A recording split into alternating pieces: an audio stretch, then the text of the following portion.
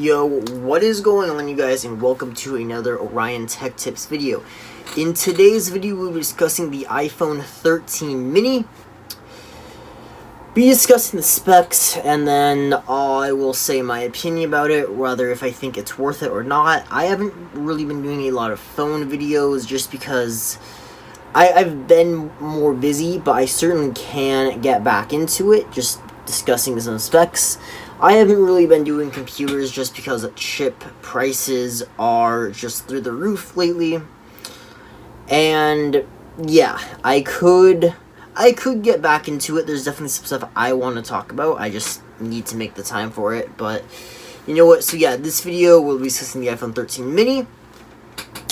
And this is Apple did announce that this will be the last mini iPhone, or at least that's what I heard them say.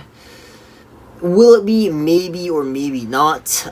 Maybe Apple's just saying, well, this will be our last mini iPhone just to make everyone buy it and then release the 14, and then they want you to buy that as well, and then you just keep having to buy their new iPhone. So maybe they're lying and they just want more money. That is possible. That's certainly an Apple thing to do.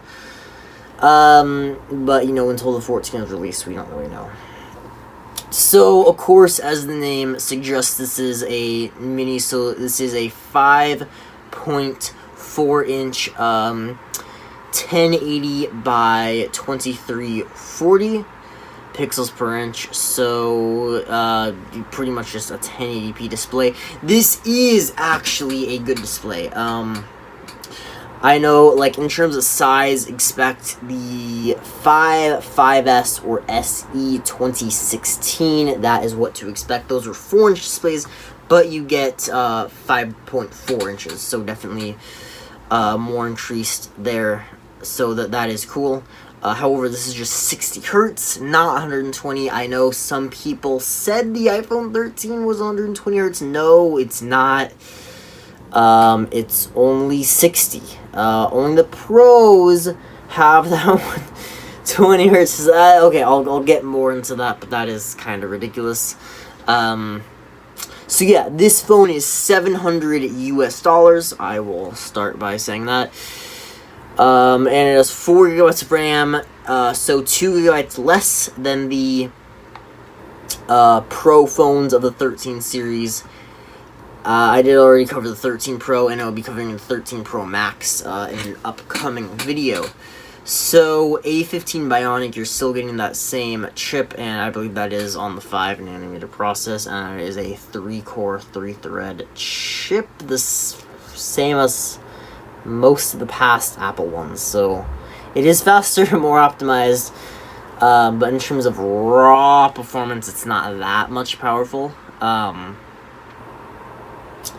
yeah, okay, so this did launch September 14th, 2021. I'm covering it a month late, okay, so sorry about that. This does support 5G, just like the past ones. So, okay, this is 7.7 millimeters in thickness. It weighs 141 grams, or 5 ounces. It does have Gorilla Glass front, Gorilla Glass back, and then an aluminum frame, not a stainless steel one, which is weird because the iPhone 4 had a stainless steel frame and it's cheaper than this. Oh well, that is Apple for you, isn't it now? IP68 water and dust resistance, so just like the XS from 2018. Hasn't really improved there.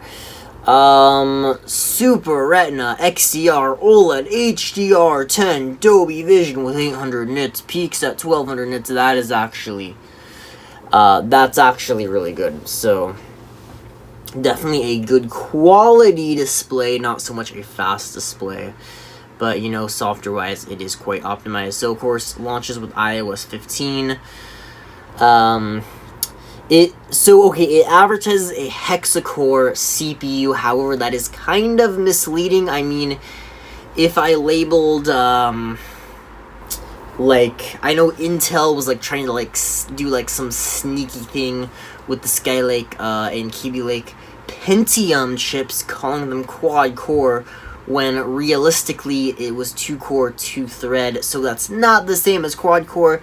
Same here, it is 3-core, 3-thread, so it's not a 6-core. You get 3 full fast cores, as well as 3 virtual cores that don't offer the same performance, okay? So don't get confused there, people. And then the GPU, it has the internal GPU, and then for graphical cores. In terms of storage, you get 128 default, so that, I like that. I actually do like that. It was, I mean, certainly better than 64. I would almost argue at this point I kind of want 256, but, you know, Apple will be Apple, and you know what, it's better than 64, which we got last year at the same price, so, yeah. And then, so 128, 256, and 512, and then all of these have 4 gigabytes of RAM. Is 4 gigabytes of RAM not, like, is it enough to multitask? Not really. You can't really, like, manually hold programs in the background like you can with some Galaxy phones. And then it has dual 12 megapixel f.6 aperture, and then f2.4 aperture on the wide and ultra wide, 13mm lenses. And then it can record at 4K 60 and 1080p at 240 on the main, or on the rear camera. And then the selfie camera, it has dual 12 megapixel cameras, f2.2 aperture at 23mm wide lens, and it can record at 4K 60 or 1080p at 120. That's something I want to see improved, because, I mean, 4K 60 and 1080p 240, I believe those were on the iPhone 8 from 2017. Yeah, okay, so Apple, maybe work on it if you're going to be charging, I mean, $1,100 for the, or upwards of $1,000 for, like, the top quality phones. I mean, this is only $700, but, you know, kind of like to see some improvement. Okay, so Wi-Fi 6, and just so the iPhone 11 was the first one to get that, and then Bluetooth 5.0, and the iPhone 8 has that, that had that defaulted with that. Still doing Lightning, no USB-C. I mean, in terms of that argument, what do I think of that? So,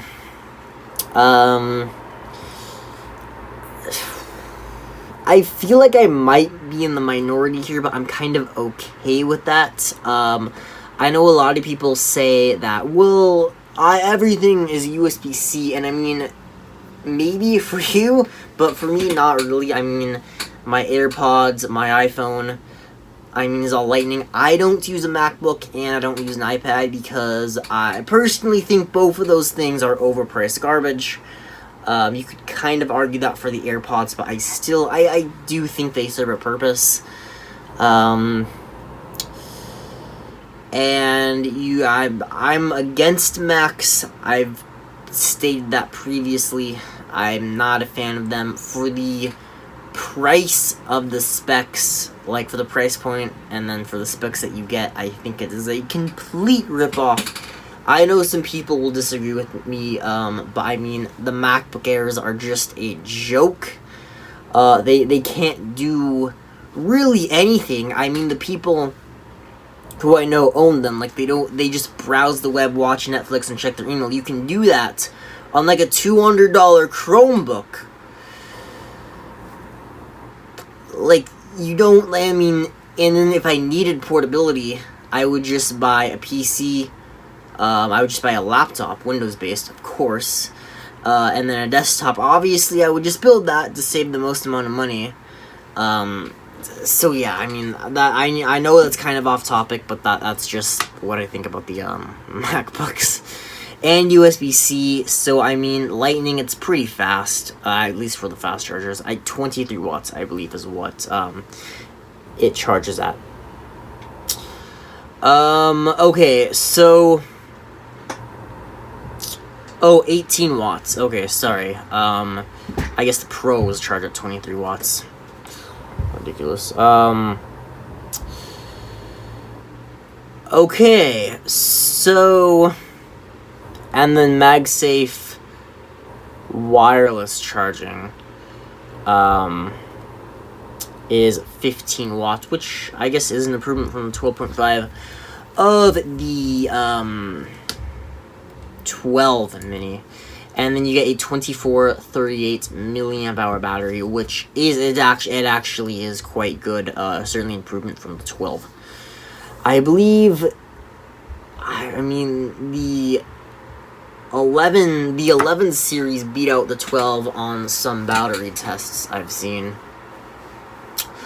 So yeah, I know, like, this may spark some, no, obviously will spark some hate towards Apple fanboys, and girls, Apple fan club people.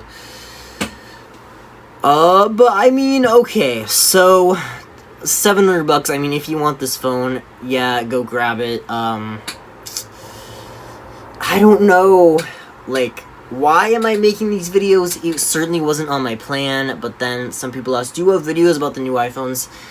They're easy videos to make, and I don't necessarily have the time to, like, make a ton of videos, like, super in-depth, but yeah, I mean, that's just the key specs. In terms of, I mean, video editing, in terms of video quality, this is pretty good. I mean, so are pretty much all iPhones, starting with the 6S, have pretty good video quality.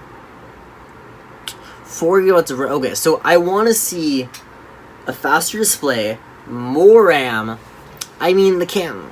Do I want to see a camera? Yes, it would be nice, but certainly not like a must. So I mean, musts for me would just be a better screen or a faster display, and more RAM.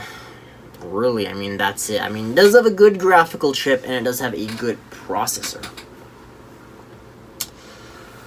Okay.